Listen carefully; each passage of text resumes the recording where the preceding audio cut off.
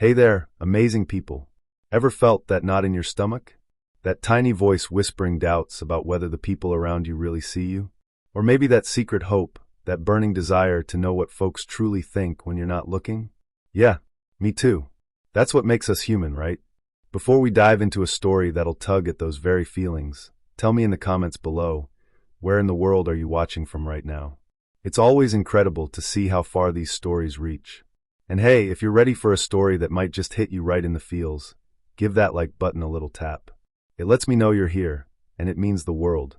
This story is especially for you, the curious soul, the one who understands the weight of unspoken words. Now imagine this. What if you had the chance to become invisible, to walk among the people whose lives you touch every day, without them knowing it was you? What truths would you uncover? What would you learn about the impact you actually have? Let's step into the shoes of a man named Jasper. Jasper wasn't just anyone. He was the CEO of Positive Paradise, a chain of pet stores he'd built from the ground up, pouring his heart and soul, every single penny, into creating a haven for furry, scaly, and feathered friends and their humans. Positive Paradise was his dream, his family in a way. But lately, a nagging feeling had been creeping into Jasper's mind. Were his employees as dedicated as he believed? Did they share his passion, or was it just a job to them? He'd always tried to be a good boss, fair and approachable. Yet, whispers of discontent, filtered through middle management, had started to reach his ears. Nothing concrete, just little things, a tone here, a sigh there. It was enough to plant a seed of suspicion, a tiny fear that maybe, just maybe, the paradise he thought he'd created wasn't so idyllic after all. Driven by this unease, Jasper hatched a plan. He decided to go undercover. He wanted to see his stores, his employees, with fresh eyes, without the weight of his title preceding him. He wanted to hear the unvarnished truth. So one crisp Tuesday morning, Jasper transformed himself. With a simple haircut, some plain clothes, and a pair of nondescript glasses, Frank was born. Frank was just a regular guy, looking for a part-time job. His first stop, store number 7, a bustling location on the outskirts of Oak Haven. He applied, went through a brief interview with the store manager, a young woman named Bethany who seemed pleasant enough, and got hired as a temporary stock assistant. For the first few days, Frank kept his head down, learning the ropes, stocking shelves, and observing. He watched Bethany interact with customers, always with a smile and helpful attitude. He saw other employees, like a young man named Orion, who was energetic and seemed to genuinely love animals, offering advice to customers with enthusiasm. Frank started to feel a sense of relief. Maybe his worries were unfounded. Maybe Positive Paradise was exactly what he'd hoped it would be. Then came the day he overheard it. He was in the back storage room, organizing a new shipment of chew toys, when he heard 2 voices from the main floor. He recognized one as Orion's, and the other sent a chill down his spine. It was Bethany. "Ugh, this new policy Jasper rolled out is ridiculous," Bethany said, her voice laced with annoyance. "More paperwork for us, as if we don't have enough to do." Orion chuckled. "Yeah, well, you know how the big boss is. Thinks he knows everything." Jasper froze, his heart sinking. They were talking about him. Okay, maybe it was just a little venting, he told himself. Everyone complains about their boss sometimes, right? But then Bethany continued, her tone turning sharper. "And honestly, have you seen him? He struts around like he's some kind of animal whisperer, but he probably doesn't even clean his own cat's litter box." Orion laughed louder this time. "Seriously? And those cheesy motivational posters he puts up in the break room? Believe in the possibilities? Give me a break." A wave of hurt washed over Jasper. These were his people. He'd poured his life into this company, and this was what they thought of him. The cheesy posters were meant to be encouraging, a little bit of light in their workday. He did care deeply about the animals and the business. He wanted to march out there, reveal himself, and confront them. But something held him back. He wanted to hear more. He needed to understand the depth of their feelings. Over the next few days, Frank continued to work, his ears always open. He heard more comments, little jabs, and eye rolls whenever Jasper's name was mentioned. Bethany seemed to be the main instigator, with Orion often joining in, sometimes reluctantly, sometimes with genuine amusement. One afternoon, a customer came in looking distraught. Her beloved hamster was sick, and she didn't know what to do. Bethany, who had been all smiles moments before, gave a perfunctory answer, pointing vaguely towards the small animal supplies. But Orion stepped in, his face filled with concern. He spent 20 minutes talking to the customer, offering gentle advice, sharing his own experiences, and even looking up a local vet specializing in small animals on his phone.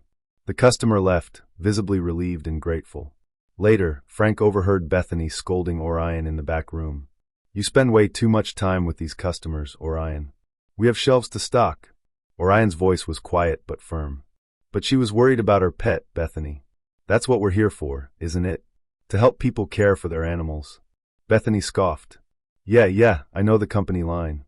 But we also have targets to meet." This interaction gave Jasper a new perspective. Maybe it wasn't that his employees were entirely bad. Maybe some of them were just disillusioned, perhaps feeling the pressure of the job without understanding the bigger picture, the heart behind Positive Paradise. Orion, it seemed, still had that spark, that genuine love for animals that Jasper had envisioned for his stores. The day came when Jasper decided he'd heard enough. He called a mandatory staff meeting at store number 7. Frank walked in with the rest of the employees, trying to appear inconspicuous. Bethany looked surprised to see him there. Jasper stood at the front, no longer the disguised Frank, but the CEO they all knew. A hush fell over the room. "Good morning," Jasper began, his voice calm but carrying a weight of emotion. "I have been working among you for the past week as Frank." A collective gasp filled the room. Bethany's face paled. Orion looked a mixture of shocked and confused. Jasper continued, his gaze sweeping over their faces. "I wanted to understand what it was truly like to work here, to see Positive Paradise through your eyes." He paused, letting his words sink in. "And I did learn a lot." He spoke about the comments he'd overheard, the negativity, the feeling that some had lost sight of the passion that should drive their work. He didn't yell or accuse. Instead, he spoke with a quiet sadness, the disappointment evident in his voice. Then, he turned his attention to Orion.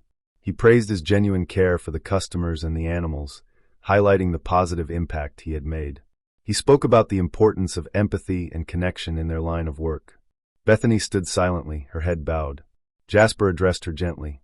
He acknowledged the pressures of management, but also emphasized the importance of a positive attitude and leading by example. He spoke about how negativity can spread like a disease, affecting not only the team, but also the customers and the animals they served. He didn't fire anyone that day. Instead, he announced changes.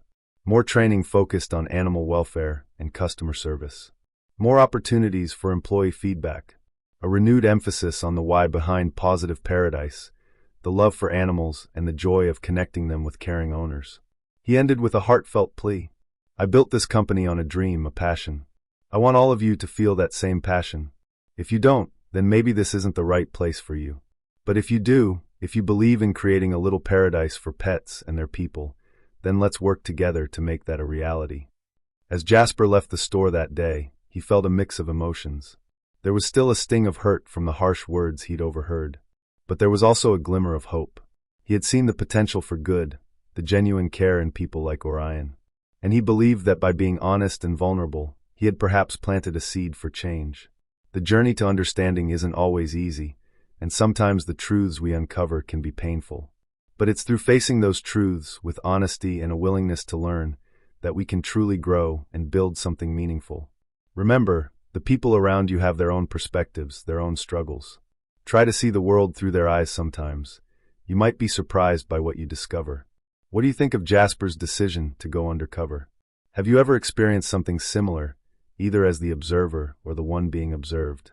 Share your thoughts in the comments below. And if this story resonated with you, don't forget to hit that like button. It helps us share these stories with more people. The moral of the story? Sometimes the best way to lead is to walk in the shoes of those you lead. It can be uncomfortable, even heartbreaking, but the insights you gain can be invaluable in building a better future for everyone.